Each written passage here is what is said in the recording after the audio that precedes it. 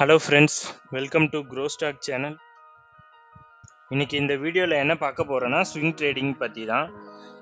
Swing ட்ரேடிங்னா என்ன, swing trading ஏன் பண்ண போகிறோம், அப்புறம் ஸ்டாக் எப்படி செலக்ட் பண்ணுறது, அப்புறம் என்ன டைம் ஃப்ரேமில் செலக்ட் பண்ணுறது அப்படின்றத பற்றி தான் இந்த வீடியோவில் பார்க்க போகிறோம்.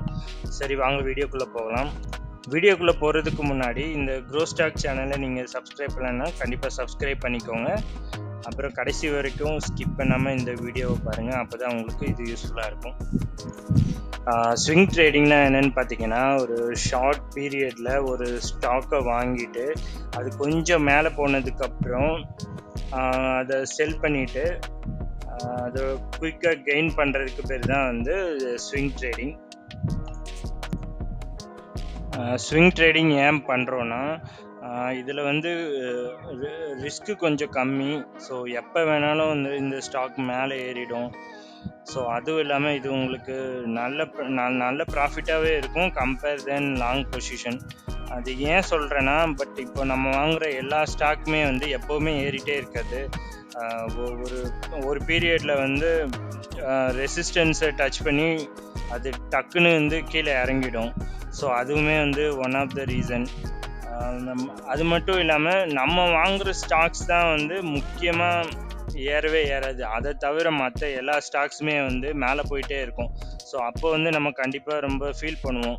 ஸோ ஏன்னா நானும் அந்த மாதிரி தான் ஸ்டார்டிங்கில் ரொம்ப ஃபீல் பண்ணியிருக்கேன்.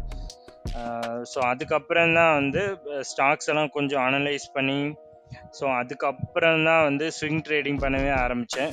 பட் நான் பண்ணுறது மேக்ஸிமம் எல்லாமே வந்து ஸ்விங் ட்ரேடிங் தான். அப்புறம் முக்கியமாக ஸ்டாக் செலெக்ஷன் டைம் ஃப்ரேம். என்ன டைம் ஃப்ரேமில் நீங்கள் ஸ்டாக் ஸ்விங் ட்ரேடிங் எடுக்கிறீங்கன்னு பார்த்தீங்கன்னா one day. So one day தான் வந்து இதுக்கு கரெக்டான டைம் ஃப்ரேம்னு நான் சொல்லுவேன். பிகாஸ் அதுதான் வந்து உங்களுக்கு கிளியர் வியூ கிடைக்கும்.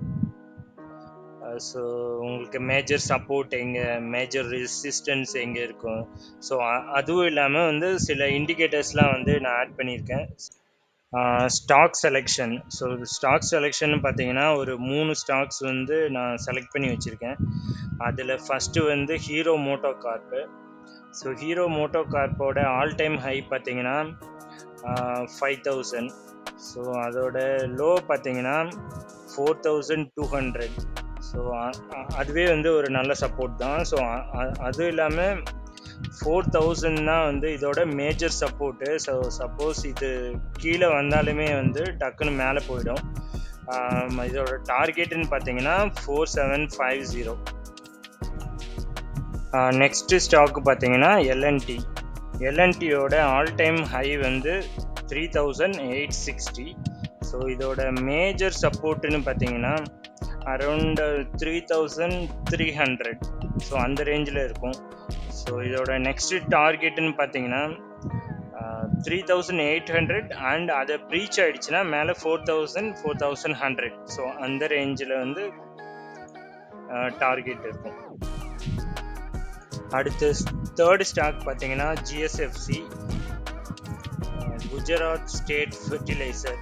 ஸோ இதோட ஆல் டைம் ஹைன்னு பார்த்தீங்கன்னா அரௌண்ட் 320. பட் இப்போ கரண்ட்டாக ட்ரேட் ஆகிட்டு இருக்கு வந்து 238. பட் இதோட நெக்ஸ்ட் டார்கெட் வந்து 280.